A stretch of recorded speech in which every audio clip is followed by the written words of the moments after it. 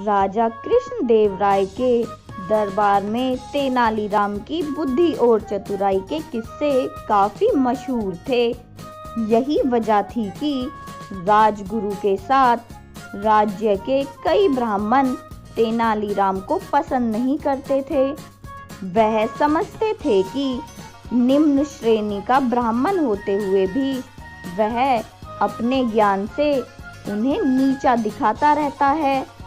इसी कारण सभी ब्राह्मणों ने मिलकर तेनालीराम से बदला लेने की सोची और राजगुरु के पास गए। सभी ब्राह्मण जानते थे कि उनकी तरह राजगुरु भी तेनालीराम को पसंद नहीं करते, इसलिए राजगुरु उनके इस काम में मदद जरूर करेंगे। सभी ब्राह्मणों ने राजगुरु को अपने मन की बात बताई और मिलकर तेनालीराम से बदला लेने की योजना बनाई। उन्होंने सोचा क्यों न तेनालीराम को शिष्य बनाने का बहाना किया जाए।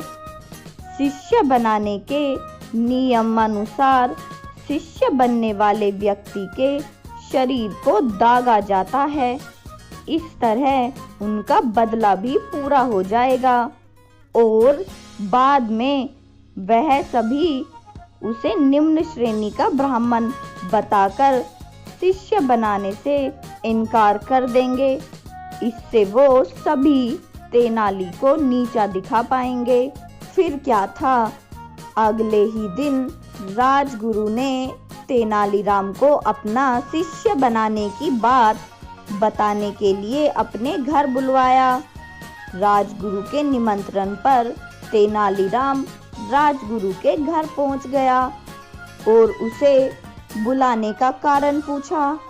राजगुरु ने कहा, तुम्हारी बुद्धि और ज्ञान को देखते हुए मैं तुम्हें अपना शिष्य बनाना चाहता हूँ। राजगुरु की यह बात सुनकर तेनालीराम को आभास हो गया कि कुछ तो गड़बड़ जरूर है। उसने राजगुरु से पूछा, आप मुझे शिष्य कब बनाएंगे? राजगुरु ने कहा, मंगलवार का दिन इस शुभ काम के लिए सही रहेगा। राजगुरु ने नए कपड़े देते हुए कहा, तेनालीराम, मंगलवार को तुम यह नए कपड़े पहनकर आना, तब मैं तुम्हें अपना शिष्य बना लूंगा और साथ ही तुम्हें 100 सोने के सिक्के भी दिए जाएंगे। राजगुरु की बात सुनकर तेनालीराम ने कहा, ठीक है, फिर मैं मंगलवार को सुबह आपके घर आ जाऊंगा। इतना कहकर तेनालीराम अपने घर चला आया। राजगुरु को तेनालीराम ने बिल्कुल भी आभास नहीं होने दिया कि उसे उनकी बात पर कुछ संदेह हो रहा है। घर आकर तेनालीराम ने सारी बात अपनी पत्नी को बताई। सभी बातें सुनने के बाद तेनालीराम की पत्नी बोली, आपको राजगुरु की बात नहीं माननी चाहिए थी। इसमें राजगुरु की जरूर कोई चाल होगी, क्योंकि बिना किसी मतलब के राजगुरु कोई काम नहीं करता है। पत्नी के मुंह से यह बात सुनकर तेनालीराम कहता है, कोई नहीं, राजगुरु को तो मैं देख ही लूंगा। तेनालीराम ने अपनी पत्नी से कहा, मुझे पता चला है कि कुछ दिनों से कई ब्राह्मण राजगुरु के घर कोई सभा करने गए थे। उन ब्राह्मणों में सोमदत्त नाम का ब्राह्मण भी था। सोमदत्त को मैं अच्छी तरह जानता हूँ। वह बहुत ही गरीब है और उसके घर की रोटी पानी भी मुश्किल से चलती है। ऐसे में अगर मैं उसे कुछ सोने के सिक्के दूंगा तो संभव है कि वह मुझे उस सभा में हुई सभी बातें बता देगा और मैं जान पाऊंगा कि आखिर राजगुरु के दिमाग में क्या चल रहा है। इतना कहते हुए तेनालीराम उठकर सोमदत्त के घर चला जाता है। सोमदत्त के हाथों में 10 सोने के सिक्के रखते हुए तेनालीराम उस सभा में हुई सभी बातों के बारे में बताने को कहता है। पहले तो सोमदत्त कुछ भी बताने को तैयार नहीं होता, लेकिन कुछ देर बाद वह 15 सोने के सिक्कों के बदले में सब कुछ बताने को तैयार हो जाता है। राजगुरु द्वारा तैयारी की गई उससे बदला लेने की पूरी योजना जानने के बाद तेनालीराम राजगुरु को सबक सिखाने के लिए विचार करने लगता है।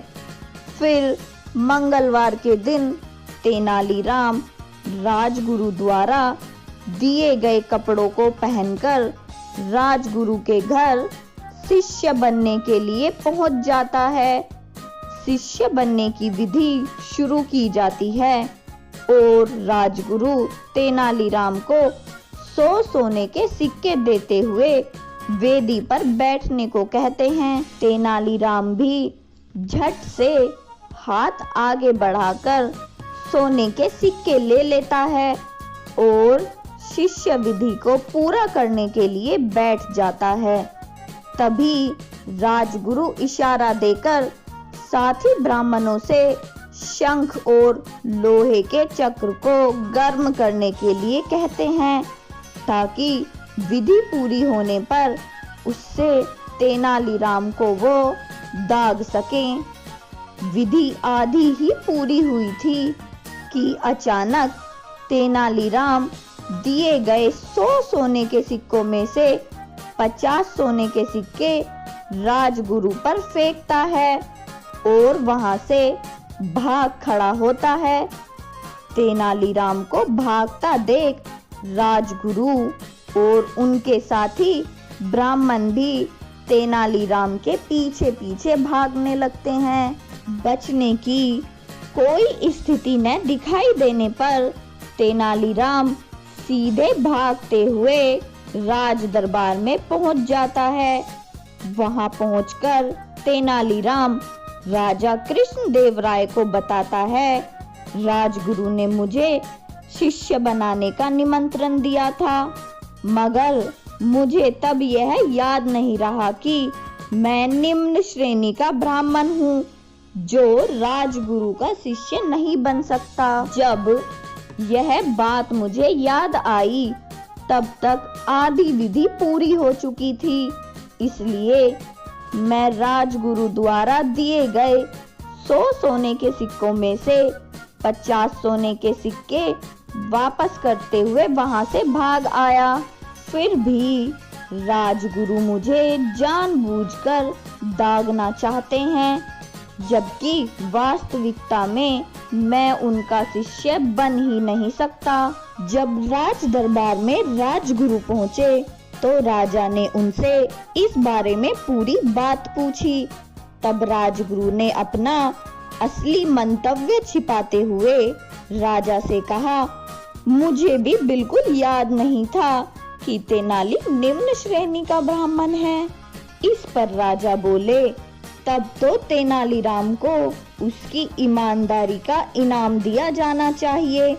इतना कहते हुए राजा ने तेनालीराम को इनाम के रूप में 1000 सोने के सिक्के भेंट किए। यह कहानी हमें यह सीख देती है कि दिमाग का इस्तेमाल करके बड़ी से बड़ी समस्या को आसानी से हल किया जा सकता है।